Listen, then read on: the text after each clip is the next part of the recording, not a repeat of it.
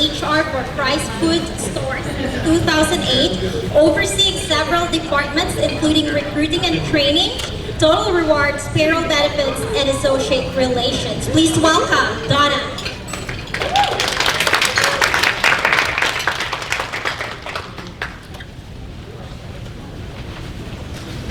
Hello everyone.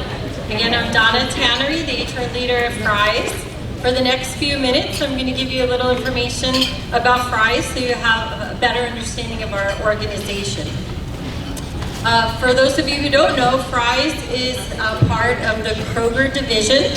We have 2,800 supermarkets across 35 states, as well as 45 distribution centers, 35 food production plants, and we have over 450,000 associates throughout the organization.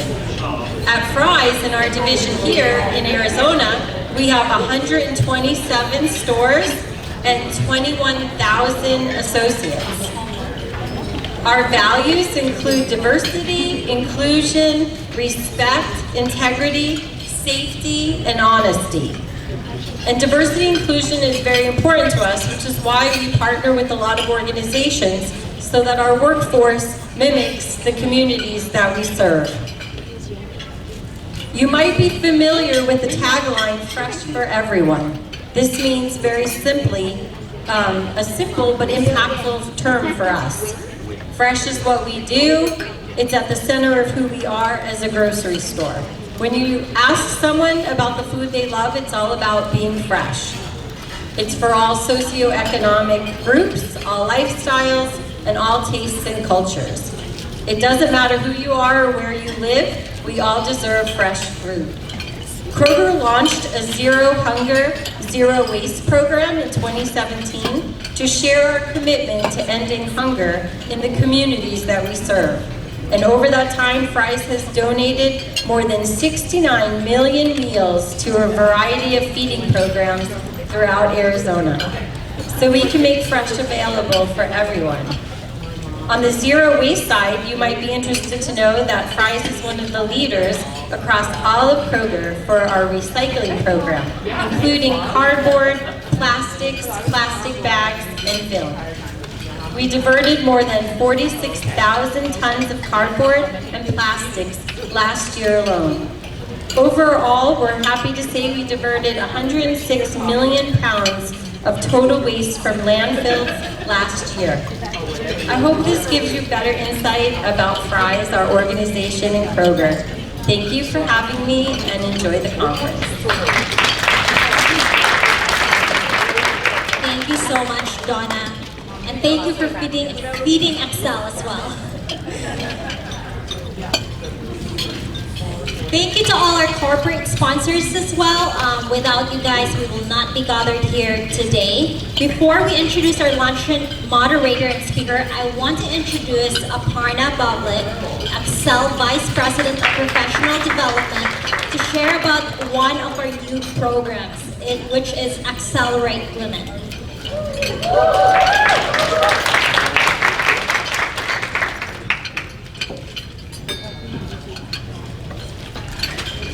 Thank you, Faye. Hello, everyone. My name is Aparna Bavle. I'm super excited to be here. I'm a financial services provider and a leadership coach. And I joined ACEL last year, 2022. I was fortunate that Jason connected me with two wonderful women, Christy Lee and Anna Liu. And together we co-founded a program called Accelerate Women. Wei joined us this year, and we launched our program this year with workshops happening throughout the year.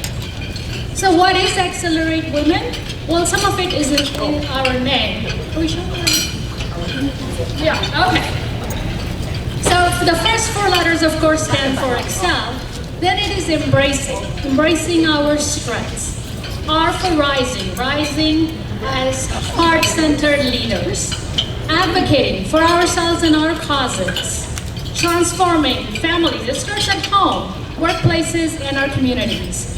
And empowering one and everyone together to grow, learn, and share together. This program is for emerging and experienced women professionals. Our topics are not exclusive, but relevant and related to women issues. We welcome you all to join. We have a conference coming up, a workshop coming up on October 18th. It's on the inner art of prospecting. This is by Connie Kadansky. She's a sales coach with 28 years plus experience, and she's gonna go deep. Our workshops and our topics are places where we have deep, candid conversations, where we really like to go deep because we feel safe in that environment. And that is the biggest reason or the biggest goal of our program. And another thing that is really crucial to our program is an element of self-care. We all know self-care is important, we hardly make time for it.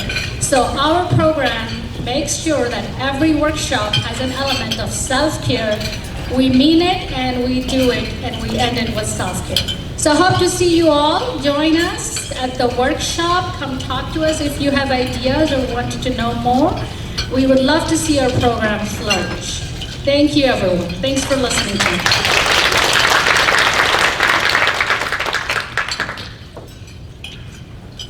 Thank you, Aparna, for sharing about such an important program supporting AAPI women. And now I would like to introduce one of our special guests for today's luncheon. Otherness is a featured, not a bug. Moderating today's fireside chat is Maria Hechanova. Maria Hechanova is a former television news reporter and communications professional who recently made a career pivot. This month, she was named Executive Director of Save Our Mountains Foundation, the nonprofit that operates North Mountain Visitor Center in Phoenix. She will oversee operations, fundraising, and will work to protect the beloved Phoenix Mountains Preserve for future generations. Maria spent the last year and a half as a stay-at-home mom. Prior to her workforce hiatus, Maria earned a spot reporting on Phoenix television for 3TV, CBS 5, Arizona's family popular newscast, Good Morning Arizona. She spent 12 years in television news and credits the Asian American Journalists Association for helping launch her media career. She's a passionate water safety advocate and currently serves as a board member of the Drowning Prevention Coalition of Arizona. Ladies and gentlemen, Maria Hechanova.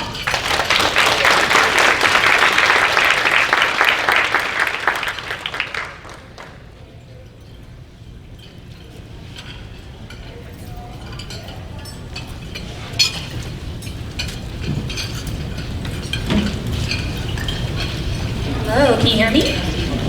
Yeah. Awesome. I haven't held a microphone in about a year and a half after leaving television, so thanks for having me. And am I going to be introducing Dennis? Yes. Okay. Get ready. Why did you go up? Everybody give a big, warm welcome to Dennis Yaoyu.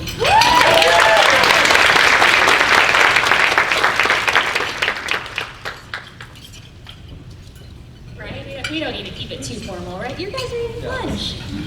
Okay, but I had to read your bio. I mean, it's pretty. They had to edit it down because it was you got such a long list of credentials. All right, guys. Dennis Yu is a distinguished revenue executive in the technology industry with over 15 years of invaluable experience in crafting innovative business strategies, spearheading growth initiatives, and assembling high-performance teams across a spectrum of organizations, ranging from dynamic startups to esteemed multinational corporations such as Art.com, which is part of Walmart, USC, and Shopify, to name a few. And presently, Dennis is the founder and CEO of the Otherness Group, an organization committed to fostering economic viability and empowering underrepresented communities through leadership and advancement in entrepreneurship. I do have to give you guys just a side note. I am pregnant, so if I sound out of breath, that is why. You sound great. So I came all the way from California to join us here for lunch today, and why don't we just get straight into it? Give us a little bit more than what I just read. Tell us who you are, what you do. Sure. first of all, thanks for having me. Really nice to be here. I've been in Phoenix for now decades. It's grown quite a bit since I last remember. It's still very hot. I know California is hot, but I'm not going to say that because I might get canceled here. But yeah, anyways, going back to really quick, thanks for the introduction. That was an extensive introduction. All that to say is I'm old. I've done a lot. I've done a lot of different things. That's basically what it means. But going back to your question regarding who I am and also what I've done. So.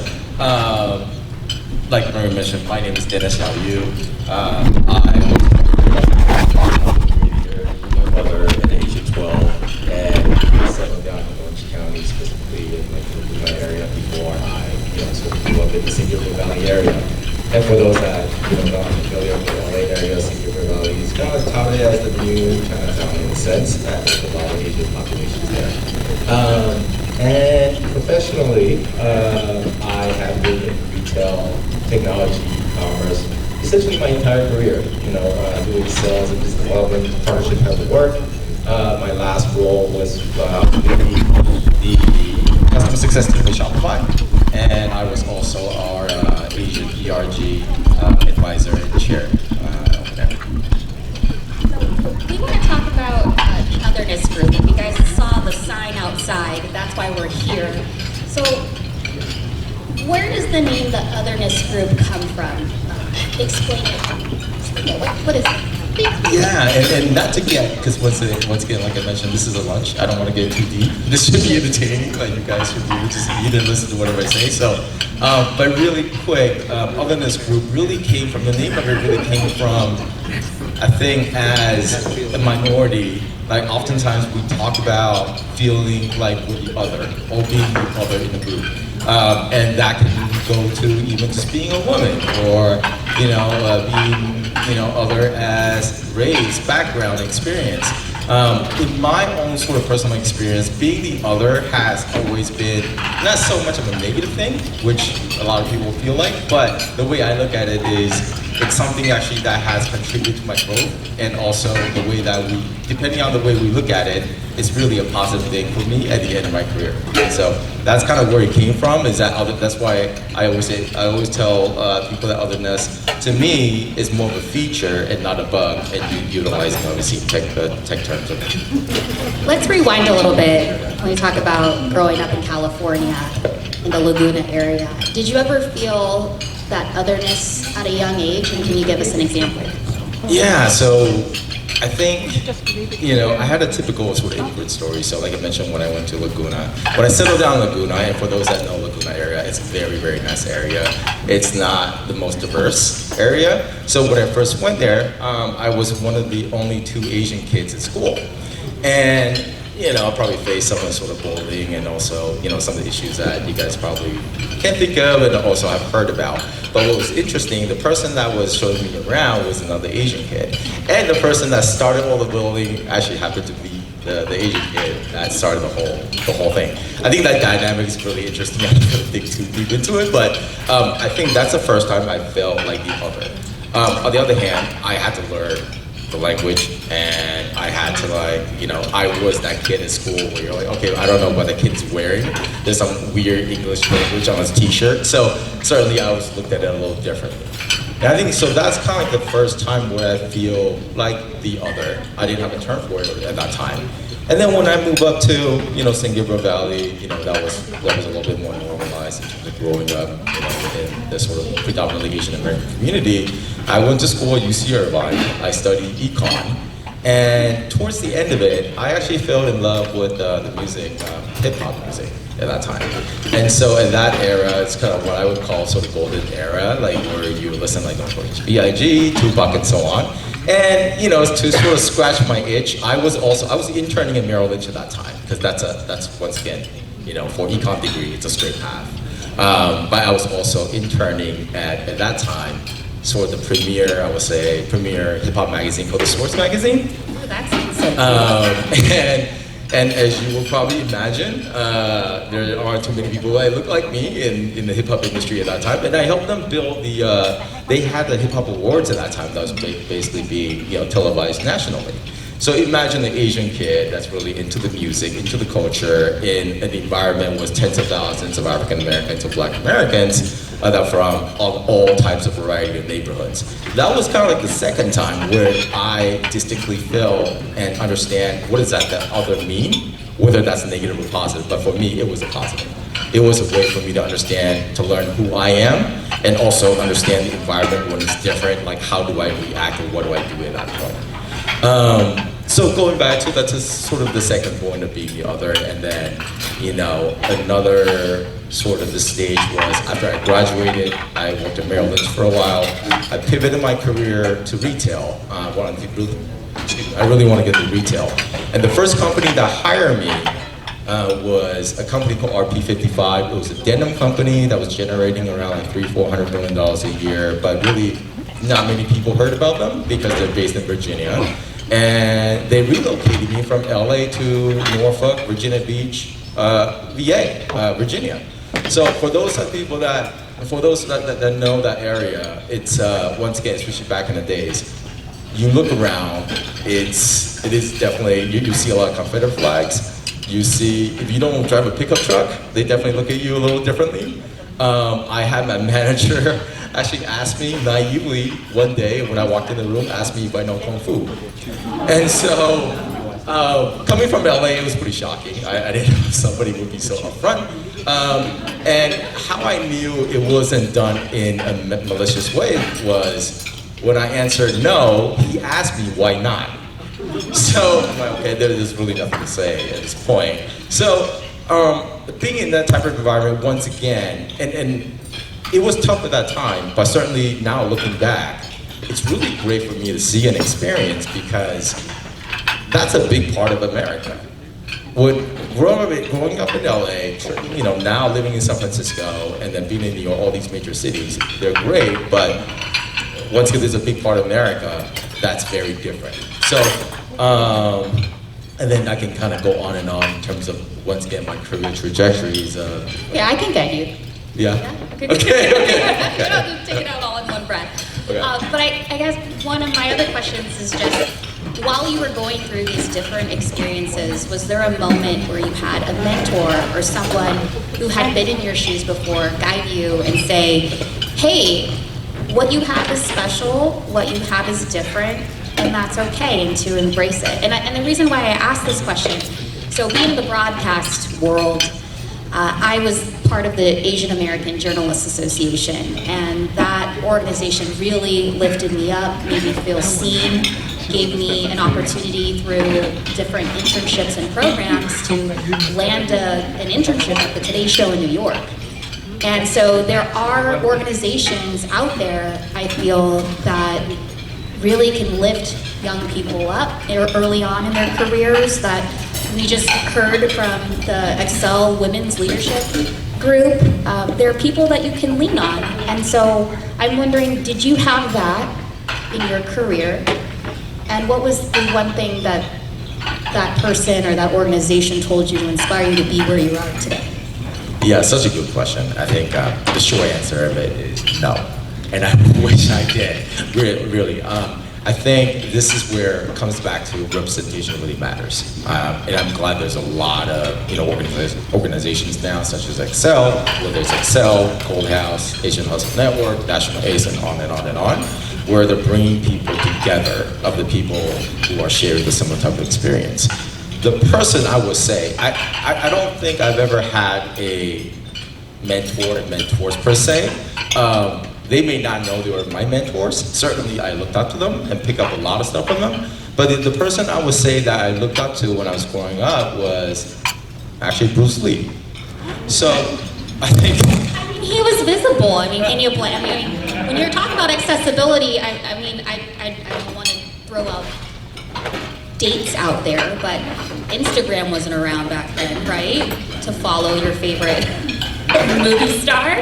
Okay, all right. Let's hone this in, because how do we equate Bruce Lee to the business world? Yeah, I think it's not a direct tie, but more so, once again, I'm going to get a little bit more philosophical here, but I think Bruce Lee, to me, once again, what he represented was very similar to my experience in the sense of being able to balance and juggle like East and West.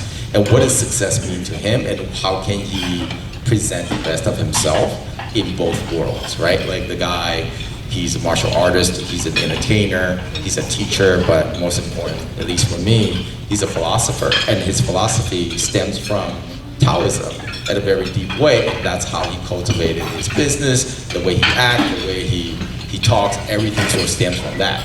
I looked at it from that point of view, where in my early 20s, I read quite a bit of books about Eastern philosophy with Taoism and Zen. I've always thought about how do you succeed in the Western world, taking that sort of Confucius. Well, when you have that Confucius influence and Taoist sort of way. I'll give you a perfect example. And I talk about this quite a bit when it comes to the environment of leadership development with a lot of Asian Americans or also minorities. A lot of them have a hard time speaking up because there's a lot of cultural conditioning. The way we grew up was to work hard, put our head down, work hard, and hopefully we're going to get rewarded. Hopefully someone will recognize it, right? We don't need to be so showy. Right, exactly, right? Like that is a Taoist, Confucius, Zen, like philosophy. But Bruce kind of, carried that philosophy in a different way, where he understands like this is, if you're not being seen, if you're not being heard, you won't get recognized. And I think going that, sort of correlating that to the day-to-day in the corporate world, or even just entrepreneurship, it is very true that you do need to be recognized. You do need to be known. And one thing that early on in my career, I was in the sales meeting, and I didn't really speak up. It was a big meeting. I was gonna say, you don't seem like the kind of person that would want to be quiet. I talk a lot of shit. I mean, we're talking about being quiet in the boardroom, but it doesn't. Did you ever have that moment where you're like, I probably shouldn't speak up right now? I know, I know, it's hard to tell, but because I talk a lot right now, so you can't tell that side, the quiet side. But back to the story. Right. All right, so, but really quick, it was that moment when you said, was there a moment when a mentor told me something that really changed the trajectory of the way I look at life? And that was one of them, where I was in a sales meeting, I wasn't talking much, actually I didn't talk at all. And when I got out of the meeting, my coworker came to me and said, hey Dennis, I'll just give you a recommendation.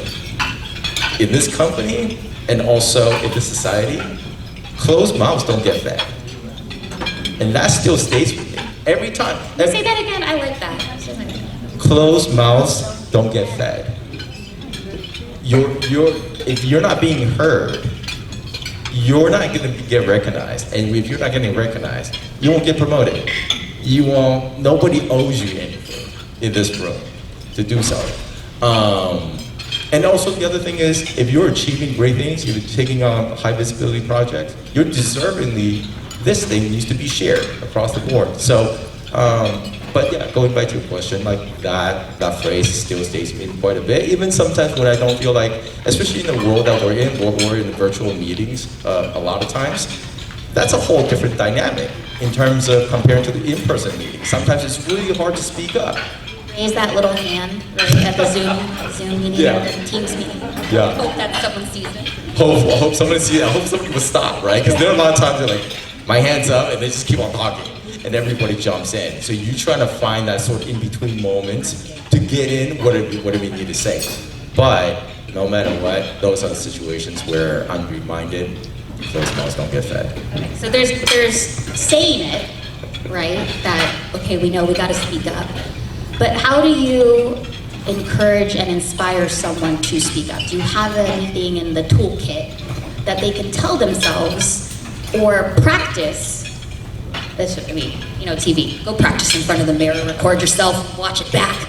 Right. I mean, what kind of advice do you have to someone who does want to speak up but may be afraid, maybe has been shut down in the past when they've tried to speak up and their bosses aren't listening or their coworkers blow them off? Mm-hmm. What are some techniques to build that confidence to speak up? So I think everybody's different, right? So it's really hard. This is why executive coaching works, because the best way to change behavior is individual. But in this case, I'm going to generalize really quick because I did this. So at Shopify, me and a few folks, we actually built a leadership development program for Black, Latinx, and Asian Americans. And that was really special in the sense, like we recognize that leadership development programs should not be generic because we all came from different backgrounds. But to generalize, to kind of give a quick sort of answer to your question is, one should learn how to present him or herself or themselves in a short amount of manner. So look at it from a sense of, if you were stuck in the elevator with an investor or CEO, and that person doesn't know who you are and what you do, in those types of 10 seconds, I think somebody just did the workshop over there, by the way. So in those 10 seconds, can you quickly describe who you are, what do you do, and what kind of value do you bring to the other person? That's just good business though, right? To be able to have a 10-second elevator conversation. 100%. But you would be surprised how many people don't know how to do that or haven't practiced enough to be able to speak fluently about it, right? So I would just say from my experiences being in technology field, we're, from a number standpoint, people will say we're over-indexed in technology. But if you look at it from technology, sort of functional perspective, most of us are in engineering and product. And as a matter of fact, like, that's still the case when I tell people I'm in tech. The first question is, are you an engineer? And I'm not, as you know, like I talk a lot, so I'm not an engineer. All right, hold on with the stereotypes. Some engineers do talk. But you know, we're under-indexed in revenue roles. So go-to-market strategies, you know, like marketing, sales and marketing. And then we're even more under-indexed when it comes to VPs and C-level and executive roles. That kind of going back to your question, when I had conversation about them regarding how do you best present yourself? Why don't you speak up? And what are some of the challenges? I think a lot of times that I came across, a lot of people overanalyze too much in terms of what they need to say, how they need to say it, and who they need to say it to.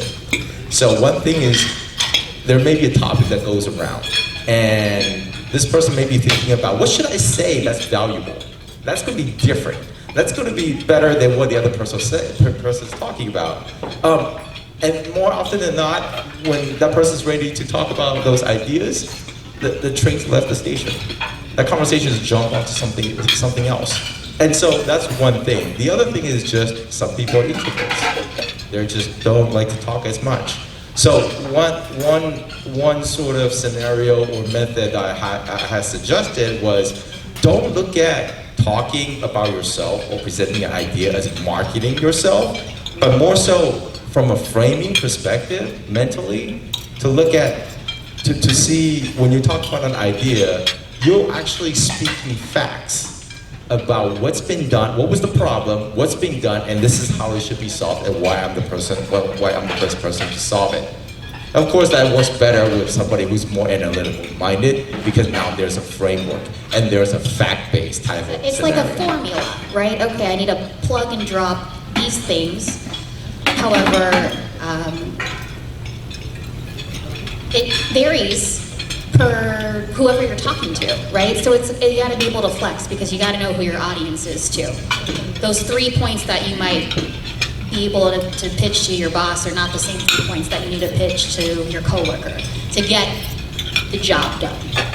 Right? So, long story short, it's a convoluted, complicated answer. There's not a direct formula, but if you find a coach, if you find someone that you can practice with, because if you're just doing it right out of your mouth the first time, you're gonna get more comfortable if you practice it, right? And that's just getting out of that comfort zone. But I think a lot of times people may feel I'm gloating or I'm bragging, and in the business world, isn't that a little bit of what you gotta do sometimes to get business done? Once again, closed mouths don't get fed, right? If you don't talk about it, nobody knows about it. And nobody owes the other person the credit to recognize your work. Some great leaders do, but that's very rare. It's our own responsibility to make sure that our work is being presented. On the other hand, look at it from the perspective, it's beneficial for everyone. Like the value, to understand the value to bring in the stuff that we're doing. Feeling value. I think that's you have to see the value in yourself before you can convince somebody else to see it, Absolutely. right? Right. Okay, so let's go into the Otherness group. How does your business work? Yeah, so that's the philosophical side of it. The other is how you No, came you about. said you didn't Yeah. want to get deep, but it sounds like we gotta like at least put our toe in the water. Yeah, no, for sure. So Otherness Group is really, at the core of it, it's about innovation, and that's where I see that sort of being the other, where that benefit really comes from. When you're the other, your perspectives are much more unique, and that's why I've been trying to bring to at least the different places I've worked at. So Otherness, in a short sentence, it's a combination of content, community, and commerce, the 3 C's. Based on my experience in retail and also digital commerce, I am working with other creators, community builders, organizations to build out their commerce arm. So in a very sort of clear analysis, if anybody has heard the company called Fanatics, where Fanatics does a lot of IP but it's more commerce based, like that would be sort of the North Star of Otherness, but do it for underrepresented communities. Like consulting, right?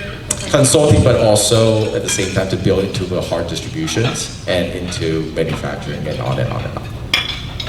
So how do people contact you? How does it work? Yeah, let me see, is it on? Is it on the screen? I have no idea. I mean, I know everyone's got their I cell don't. phones close by, so. Oh, it is, okay. We won't judge if you want to take out your cell phone and take a picture or screen, start following on LinkedIn. On the other hand, I'm just gonna pitch my workshop this afternoon. So if you don't get the contact there, I'm doing a workshop at 3 o'clock. So, but you can reach me on LinkedIn. I'm quite active there, Dennis Yao Yu, or you can send me an email and I will have it, at the slide this afternoon. It's my full name, Dennis Yu, the number 33 at gmail.com.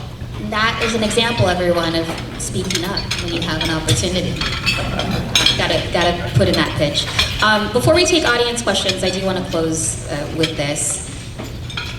If there's going to be one takeaway other than going to your workshop, if there's one takeaway you want the audience to remember about this lunch, other than the great food and the great company, what would you recommend to those who are looking to make changes to their career or business? Can you leave us with that thought? Oh, wow. Something memorable other than, open mouths get fed. 'Cause I'm hungry. I'm going to remember that line. But I'm pregnant, so I'm always hungry. We're gonna get there. Let's see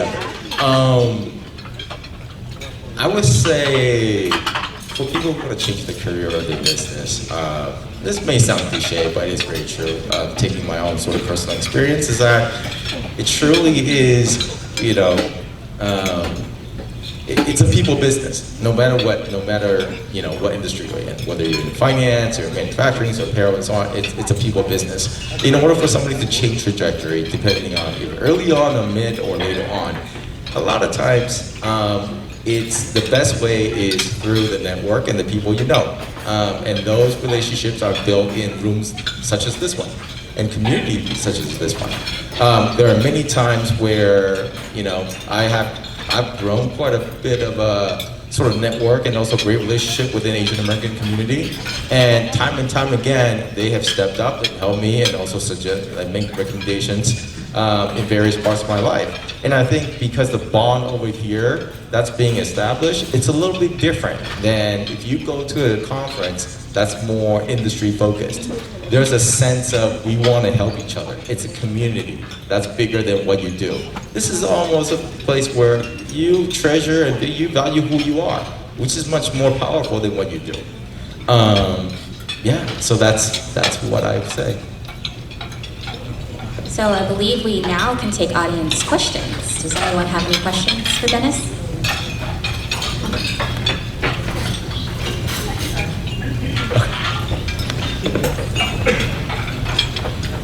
So growing up here in the U.S., right, being, I guess, Asian American, have you found it that you're not Asian enough for Asians and you're not American enough for Americans? And how do you deal with that? Or First of all, that's a great question, but can you please say your name and also where you work so everyone knows who's asking the question?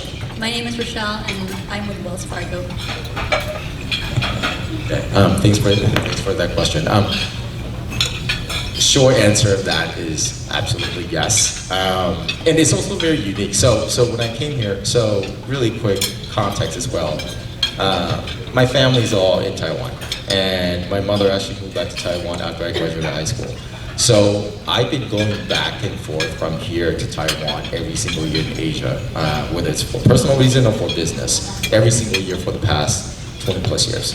And you're right, it is a very fine balance. This is where that Bruce Lee analogy comes from, is that when you're here, people look at you, doesn't matter if you're Korean, Chinese, or Japanese, you look Asian American. And there's a certain stereotype to that. When I go back to Taiwan, they can automatically just tell I'm not from there, right? So it's sort of the third culture person, where there's a lot of topics, like a lot of people talk about those things. But I think as I gotten older, I actually felt like I don't need to identify myself one or the other, but just be all-encompassing. And once again, like, if you guys get to know me more, like, all I do is quote Bruce Lee. So I'm gonna quote Bruce Lee right now. Bruce had talked about this, is that using no way as a way, using no limit as a limit. Don't let other people categorize in certain things. You are who you are, and that's where the otherness and uniqueness really come from. And that's where that superpower comes in, right? Like, whether it's what you do at your job or how you operate. So the short answer is yes, absolutely. But at the end of it, I guess that's what makes me unique. So. Wait, so how do you tell them, no, don't put me in that box? I don't need to tell them. Because I don't need to convince them. Right? That you're Asian enough, or that you're not Asian enough, or that you're this, you called it the third, what did you call it? The third culture. The third culture. Person, yeah, so right, in between. So, would you say you ignore it, or you just, I mean, because you were basically saying, do you acknowledge it, or do you ignore it? In a very sort of, are you talking about the confrontational type of situation, or? If someone does come up to you and you're like, and I mean, for me, I'm Filipina, I don't speak Tagalog. And I feel, sometimes when people try to speak to me in Tagalog and I'm like, I don't know what's going on, Do you have lumpia? I'm hungry. Or, being in a room full of, non-Asian Americans looking at me like I know everything about my culture. Yeah, do you acknowledge it? Do you ignore it? Do you, I guess. I acknowledge it, but I don't internalize it, if that makes sense. Or engage with them? It depends on what. So for example, back in the days, like the example I gave was somebody, my manager, asked me if I don't kung fu, and why not? In those types of situations. He was all your Bruce Lee quotes. That's where it all started. Where's the drum? But yeah, I knew where it came from. It didn't come from a malicious sort of, I'm a racist. It truly came from where ignorance. He hasn't, it's ignorance. He hasn't come across a lot of people that look like myself. Perhaps everything he's seen is on TV, it's Bruce Lee, so he asked me that question, right? So I think depending on what situation, but I certainly have no issue talking to somebody about confronting somebody in a very rational way and more understanding versus, more aggressive manner. But defensiveness, right? Instead of being defensive, being more coming from an educational right. point. And I think also on the other hand too is that, do I really need to convince that person, right? Is it my job to educate you? So when I was running the ERG, we talked about that quite a bit. Was that whenever it's May, they come to Asian ERG, they say, what are you guys gonna do? I said, what are you gonna give me? Hold on, I don't know what ERG is. Can you I'm sorry. Employee resource groups. Okay, so there are essentially all these different groups. There are different, depending on the company, and there are various companies that have employee resource groups for women, Black, Latinx, Asian Americans, and LGBTQ, and their job essentially is to provide different types of resources or different services for the employees of the company to feel more inclusive, to understand the importance of belonging. But a lot of times, it's a complex topic. I won't go too deep into it, but my point, going back to your question, was also how far do we go to engage that conversation or action from another person, and also understanding what's the value of that, right? So I think I try to pick my spot. Depends on who it is. I'm not sure how much time we have left, but do we have any other questions that maybe Dennis could answer quickly? Your name again and what company? Okay, there we go. Thank you, Dennis and Maria. My name is Rebecca Clyde, and I'm the CEO of Botco AI. Thank you so much for your comments. They've been wonderful. I was curious, Dennis, from a leadership standpoint, what do you feel are probably some of the gifts that you've had as a result of your cultural heritage that you wish more people could appreciate or know about, or that each of us here in this room could really think about in terms of our own experience as well? Can you elaborate a little bit more in terms of gift? Like what do you mean? Sure. So, for example, in my heritage, I'm Latina, and one of the things that we really value highly is community. And so when I think about my approach to leadership, I have found that I tend to lean on that muscle very heavily. It's my natural tendency, and so I end up building a lot of community in terms of my customers, my partners. You know, the way that I approach leadership in business tends to be very oriented that way. That's just my experience. But I would love to hear maybe your point of view or how you have experienced that, perhaps. Yeah, I think. Can I steal your answer? I would say that's a good question. I don't know how you follow up to that answer. There you go. Archie. You can answer a good question. That's what I do. I will say this though, from a community standpoint, and also this is one part where immigrants can all rally around, is family and community. And a lot of times there are a few things that no matter where you come from, it brings people together. But first and foremost is food. Just gonna skinny cook? Food. Every time at ERG, or even on my team, when we're doing something around food, people show up. They just love to eat. Look at the room, Dennis. Look, they should up here to listen to you. There's food. This is why we do Luncheon right here. It's perfect time. But yeah, it is that community, it's that family component, it is that closeness, it is that sort of familiarity. So really quick note about the leadership part. So my previous team at Shopify as customer success, we had really poor intention of building a diverse team, because somebody had just mentioned at the ERG panel was that, you know, we try to live the ethos of our employees should reflect the diversity of our customers, because that's who they're resonating with, and it's only right for us to do so. But there's a sense of once you build that team as diverse as you could get, whether it's age, background, race, gender, sexual orientation, there's a certain openness about it. And I think from a leader's perspective, that community you're talking about, it doesn't, sure, events help, but it's more of like, what are you building, like in terms of the day-to-day? I'll give an example. In meetings, I try to identify those that don't speak up and that don't get a chance to speak up. But obviously understanding that some people may be introverts, going back to what we're talking about, some people just don't talk that much, but I know they have something valuable to say. Not everybody does that, right? Especially in a time where you're in a half an hour, 45 meetings, you just try to go agenda and go.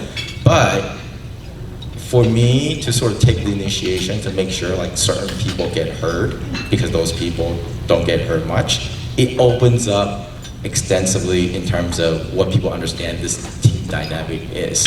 And as diverse as they are, there's a lot of interesting different perspectives and opinions that come in, and that really just grows organically in terms of that cohesiveness and basically respect within the team.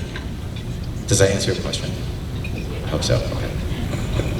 Okay, last cue card I saw was 5 more minutes. Does anyone else have any other questions? Again, your name and where you work.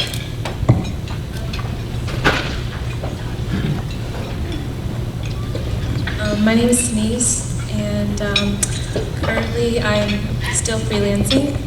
My question to you is, what are your hobbies? It's the best question. Thank you. Finally a softball. Well, I don't know if you heard earlier, self-care is important, right? So what do you do to decompress from your workday? Give us some ideas. Besides running around with my 2 daughters, I I actually, for sort of self-care, I do mindfulness practices. It's something I picked up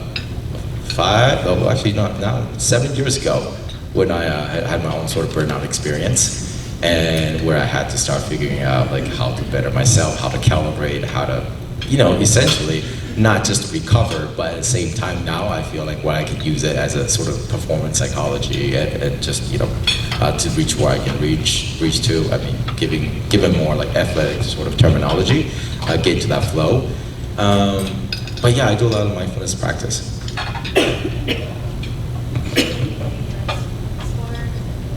Any sports? I play a lot more sports when I was younger. I played basketball, played baseball, played throughout high school, didn't get to the college area, but still, I ran quite a bit. Definitely being active is a big part of, how I try to stay sane. And also, it's also part of just being mindful. Yeah. I laugh about the same part because, if I'm not moving my body, it's easy to get so caught up in emails and text messages, and I think it's a thing they call it text neck. Your like neck's your neck's all messed up from being on your electronics all the time. All right, one more minute. I think we have time for one more question. I'll just ask. Okay, get it. Fun. Okay. Your name? Dale Castro, Overlap Interactive, digital marketing. Top 3 rappers, and which one represents your leadership style? Oh boy, Maria, I think this question is for you. I saw the eye contact over here. I don't. Top 3. So I'll start from number 3. Oh boy. Wow. You have a minute. You gotta answer within a minute. Now it's like 20 seconds. Notorious B.I.G., number 3. Number 2 is Tupac. Number 1 is Jay-Z. Yeah, I would say from a leadership standpoint, I mean, I don't, I'm not as cool as all those people are. Can you imagine I'm a Tupac kind of leadership? I'm just cussing people out, like coming in and meeting with bandanas and just dropping F-bombs. Yeah, right. And just I'm a poet. Yeah. But I think I really respect Jay-Z, and I put that as number 1 because I really respect him from not just from an artistic standpoint, kind of just understand how he is as a demeanor. Like if you've seen him across in the public realm, like he's actually a pretty quiet person. He's very thoughtful. He's a very smart guy, and obviously that's why he's such a successful business person. So I think that hopefully somebody from a leadership style or just the way that he carries himself is somebody I look up to. All right, I think that concludes today's lunch. Did you guys have fun? Yeah. Thanks for listening to me rant and just whatever. I hope It was a guided rant. Yeah, you are. Thanks for Maria, having me fantastic. up here too. Thank you so much. Of course, yeah, this was really fun. Excel, thanks for inviting us up on stage to do this today while you enjoyed your meal.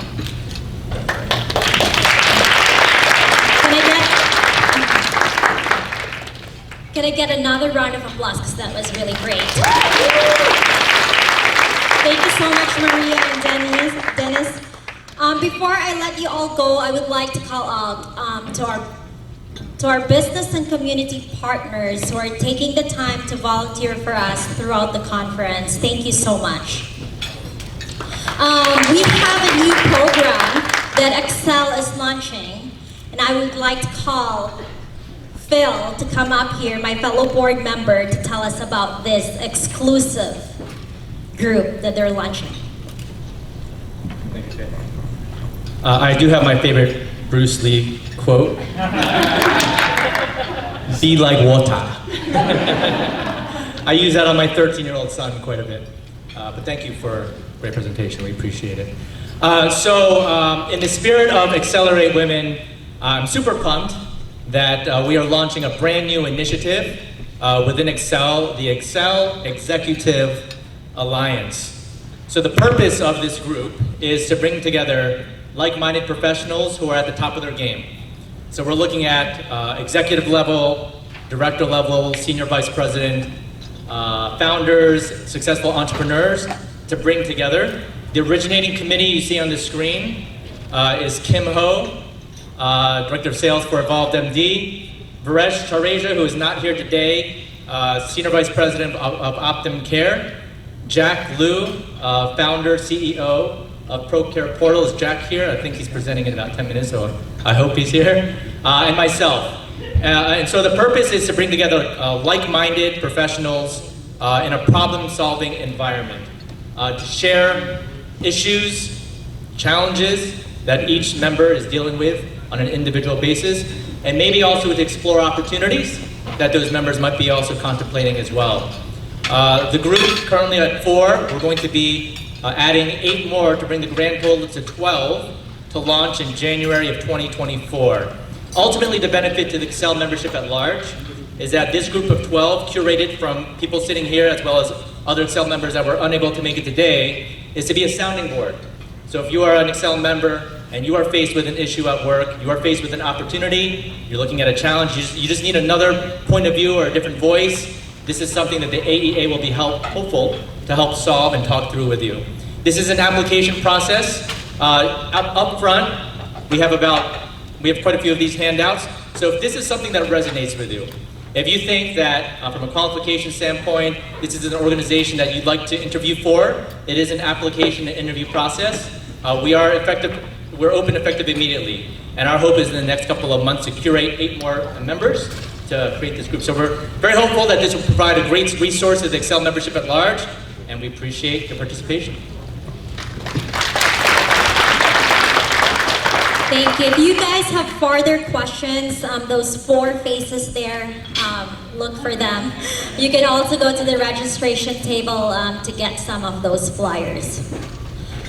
Thank you for joining us. Continue to post in our social media, in all social media platforms. We have some raffles that we will give away some Excel merchandise at the end of the day.